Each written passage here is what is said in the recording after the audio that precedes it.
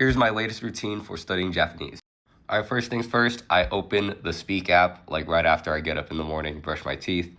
Once I'm in the app, I click the review tab, which is not showing. But this is what the review tab looks like. I always start with a smart review just so I can go over things I learned like in the previous past few days. You can set the duration of time that you want your review to last. Lately, I've actually been a big fan of the 5 minute review. It only picks like two of the weakest topics you have for the review, which is perfect for in the morning when you don't have that much time.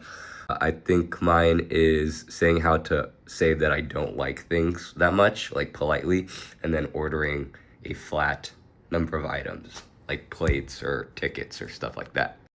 I like Taida's review in that it always is like 10 either vocab words or 10 expressions that you have to do. I kind of like it's like a little bit more rigid, but it is not dynamically generated. It's like exactly the phrases that you were taught in previous lessons. So I think doing both the smart review in Speak, which is dynamically generated, and then like the Taida's review, which is like it's kind of like more like interactive flashcards. I think they're both great ways to just reinforce your learning that you've done in the past. And then later around lunchtime, when I'm taking a break again, I will go back into Speak and do a full lesson's worth of content, which for me is, the tutor lesson, the speaking drill, the vocab builder, and then finalizing the lesson off with that tutor Q&A, which is like the AI chatbot interaction, which is I think the most helpful since it simulates like a real life conversation the most. This usually takes me like 10 to 15 minutes, I would say, in total.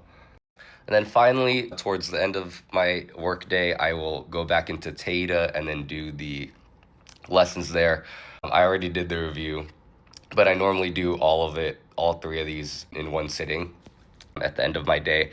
This usually takes me a little bit longer, I would say like 15 to 20 minutes, just because the Tata lessons, just the concepts they cover are a little bit longer in nature compared to Speaks, but they do go more in depth with like grammar rules and like conjugating verbs, which I appreciate. So again, I really enjoy both apps and I think they're good for different ways and in different like types of scenarios. So I still use both very actively to this day.